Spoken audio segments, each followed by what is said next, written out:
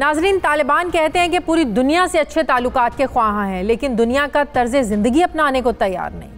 कहते हैं कि ख़वातीन को काम करने की आज़ादी देंगे, लेकिन हम जानते हैं कि सरकारी महकमों में ख़वातीन को आने की इजाज़त देने को तैयार नहीं। कहते हैं पाकिस्तान समेत कई ममालिक ने हमारे लिए आवाज़ उठाई और शुक्रिया भी करते हैं, लेकिन उनकी बात मानने को तैयार नहीं। कहते हैं कि आलमी बिरादरी से अच्छे रवाबित चाहते हैं, लेकिन आलमी इक़दार मानने को तैयार नहीं। कहते हैं कि हमसाया ममालिक जैसे पाकिस्तान के साथ ताल्लुकात इंतहाई अहम हैं, लेकिन पाकिस्तान तो ख़ुद चौकों चौराहों में सज़ाओं को मानने को तैयार नहीं। अफ़गानिस्तान की वकालत करके पाकिस्तान ख़ुद तनकीद की जद में है, लेकिन तालिबान हालात समझने को तैयार नहीं। कहते हैं कि दुनिया अफ़गानिस्तान को तस्लीम करे, लेकिन ये ख़ुद दुनिया की किसी बात को तस्लीम करने को तैयार नहीं।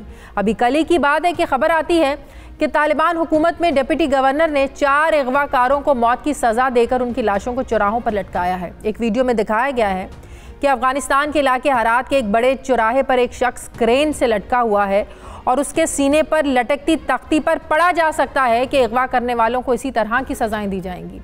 पिछले महीने तालिबान के इक़्तिदार में आने के बाद शहर के कई चौकों पर सज़ाएं दी गईं, लेकिन ये ज़रा संगीन नौयत की थी, जो इस बात की अलामत है कि तालिबान 1996 से 2001 तक अपने साबका दौरे हुक्मरानी की तरह इस बार भी सख्त इक़दामात ही अपनाएंगे। तालिबान ने अफ़गान सूबे हेलमंद में दाढ़ी मोड़ने पर पाबंदी लगा दी है। Afghan director information and culture हाफिज़ रशीद ने हेलमंद सूबे के हुजामों के साथ मीटिंग करके इस बात का ऐलान किया है कि दाढ़ी मूंढने को इस्लामी क़वानीन की खिलाफ वर्जी करार दिया है। सिर्फ यही नहीं, हुजामों को काम के दौरान मौसीकी लगाने से भी ख़बरदार किया है। अब इन सरेआम सज़ाओं और सख्त पाबंदियों का मामला भी ऐसा है जिस पर जो मगरबी दुनिया है ये हमेशा एतराज़ करती आई है, बल्कि आजकल यूरोप और बरतानिया ने ख़वातीन के हुकूक़ को ही सामने रख कर तालिबान हुकूमत को तस्लीम न करने की रिट लगा रखी है। अब इन एतराज़ात में भारत जैसे ममालिक को प्रोपेगंडा करने का खूब मौका मिल रहा है, लेकिन तालिबान ख़ुद के लिए समझौता तो चाहते हैं, लेकिन किसी बात पर ख़ुद समझौता करने को तैयार नहीं है। ऐसे में पाकिस्तान की अफ़गानिस्तान के लिए वकालत और फिर भरपूर वकालत पाकिस्तान की अपनी हैसियत को ही मशकूक कर रही है। अभी गुज़श्ता दिनों वज़ीर-ए-आज़म पाकिस्तान ने दुनिया के सबसे बड़े फोरम अक़वाम मुत्तहिदा की जनरल असम्बली से खिताब में तालिबान हुकूमत के लिए क्या कहा, ज़रा सुनिए।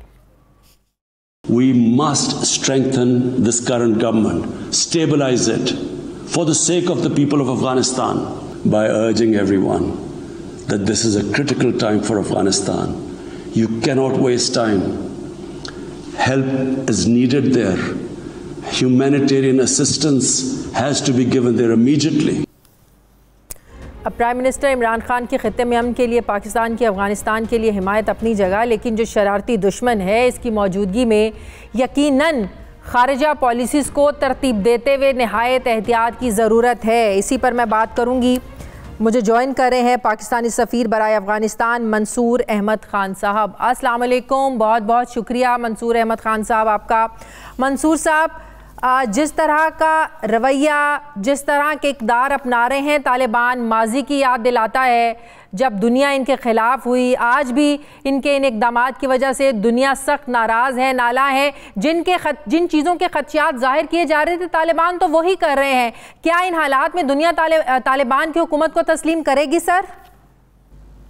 जी देखिए, सबसे पहले तो जो आपने बात कही कि तालिबान की जो भी पॉलिसीज़ हैं या जो अफ़गान हुकूमत का या अफ़गान सियासतदानों का जो भी रवैया हो उस पर पाकिस्तान उनको डिफेंड कर रहा है, ये दुरुस्त नहीं है। क्योंकि पाकिस्तान तो सिर्फ अफ़गानिस्तान में एक हमसाये के नाते से अमन व इस्तेहकाम की कोशिशों में मसरूफ़ है। इस लिहाज से हमारी जो सिर्फ कोशिश ये है कि हम अफ़गानिस्तान के अंदर चूँकि एक मुश्किल मरहले से गुज़र के एक गुज़िश्ता जो 1-1.5 माह के दौरान ये हुकूमत आई है, ये इस्तेहकाम की तरफ जा रही है। यहाँ पे सिक्योरिटी और अमन, लॉ एंड ऑर्डर की हालत काफ़ी मुस्तहकम हुई है। और अब साथ ही चूँकि एक ह्यूमैनिटेरियन क्राइसिस और एक इकोनॉमिक गवर्नेंस के क्राइसिस में है, वेस्टर्न वर्ल्ड की तरफ से या यूएस की तरफ से इनके एसेट्स वगैरह फ्रीज कर दिए गए हैं, तो इन्हें उन मुश्किलात का सामना है। तो पाकिस्तान एक हमसाये के तौर पर उनकी ये इमदाद कर रहा है, लेकिन बाकी अफगानिस्तान एक खुद मुख्तार और इंडिपेंडेंट रियासत है और वो अपने तमाम एक्शंस की और अपने तमाम पॉलिसीज़ की वो खुद जिम्मेदार है। और जो पाकिस्तान तालिबान के इन इक़दामात की हिमायत भी करता है, जो तालिबान जिस तरह के जो है ना वो सज़ाएँ दे रहे हैं, लाशें चौराहों पर लटकाई जा रही हैं। आपको पता है कि मगरबी दुनिया तो पहले ही इस चीज़ के बहुत ख़िलाफ़ है। पाकिस्तान में भी सरेआम सज़ाएँ देने का मुतालबा बारहा किया गया, लेकिन किसी हुकूमत ने इसे तस्लीम नहीं किया। तो जब हम दुनिया से कहते हैं कि तालिबान को मुस्तहकम करें, अफ़गानिस्तान की हुकूमत को मुस्तहकम करें, तो दुनिया इसका क्या मतलब लेगी? क्या यही मतलब नहीं लेगी कि हम तालिबान को हर तरह का जो है ना उनके हर इक़दाम को सपोर्ट कर रहे हैं?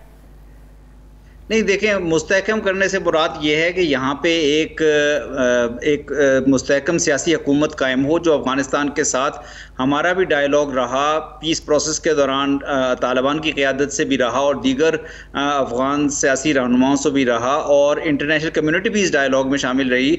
उसमें यही बात रही है कि एक इंक्लूसिव हुकूमत का क़याम ज़रूरी है, ह्यूमन राइट्स की पासदारी ज़रूरी है, विमेन राइट्स और विमेन एजुकेशन की तरफ बढ़ना ज़रूरी है। और इन चीज़ों पे डायलॉग सिर्फ हमारा ही नहीं, इंटरनेशनल कम्युनिटी का भी उनसे जारी है।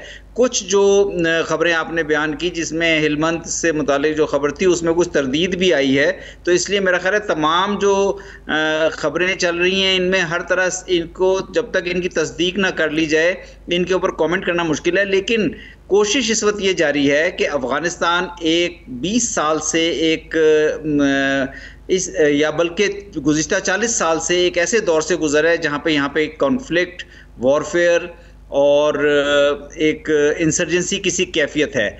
अब चूँकि एक अमन का दौर आने की उम्मीद पैदा हुई है कि अफ़गान तालिबान जो हैं वो आके उन्होंने वो अफ़गानिस्तान के अंदर अपना इक़्तिदार इस्टेब्लिश किया है, लेकिन इस इक़्तिदार के लिए साथ ही पाकिस्तान की तरफ से और दूसरों की तरफ से भी कहा गया है कि एक इंक्लूसिव होना इस इक़्तिदार का, इसमें लोगों का शामिल होना ज़रूरी है। जिसमें आए रोज़ ख़वातीन का एहतजाज भी देखते हैं, ख़वातीन के हुकूक को लेकर सरकारी महकमों में आप देखें ख़वातीन को आने की इजाज़त नहीं दी जा रही है, तो क्या इनमें भी कोई सदाकत नहीं है?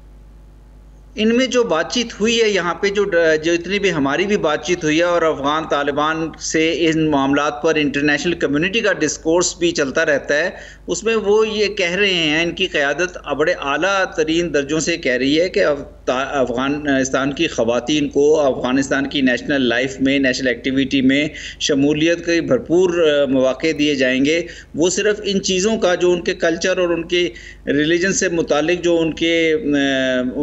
उनकी तालीमात हैं उनके मुताबिक वो एक ऐसा ज़ाब्ता कार वज़ा करने में मसरूफ़ हैं। अभी चूँकि तमाम हुकूमत की तमाम मिनिस्ट्रियाँ पूरी तरह फ़आल भी नहीं हुई हैं। कुछ जो इदारों में हमें ख़वातीन हमें बताया गया है कि कुछ इदारों में, बैंकों में ख़वातीन ने काम शुरू भी कर दिया है और मेरा ख्याल है कि आने वाले दिनों में ये पॉलिसीज़ ज़्यादा बेहतर तरीके से वाज़े होंगी। तो इसलिए इसमें तो कोई शक नहीं है कि कश्मीर में जो कुछ हो रहा है, जिस तरह वहाँ पर इंसानी हुकूक की खिलाफ वर्जियाँ हो रही हैं, ये दुनिया को नज़र नहीं आता है। यहाँ पर दुनिया का एक दोगला चेहरा, दोहरा म्यार हमें नज़र आता है। तो यहाँ पर जो दुनिया सिर्फ ख़वातीन के हुकूक की या इंसानी हुकूक की बात कर रही है, क्या वो किसी आड़ में लेकर अपने मुतालिबात मनवाने के लिए, या इसके पीछे कुछ और रीजंस हैं?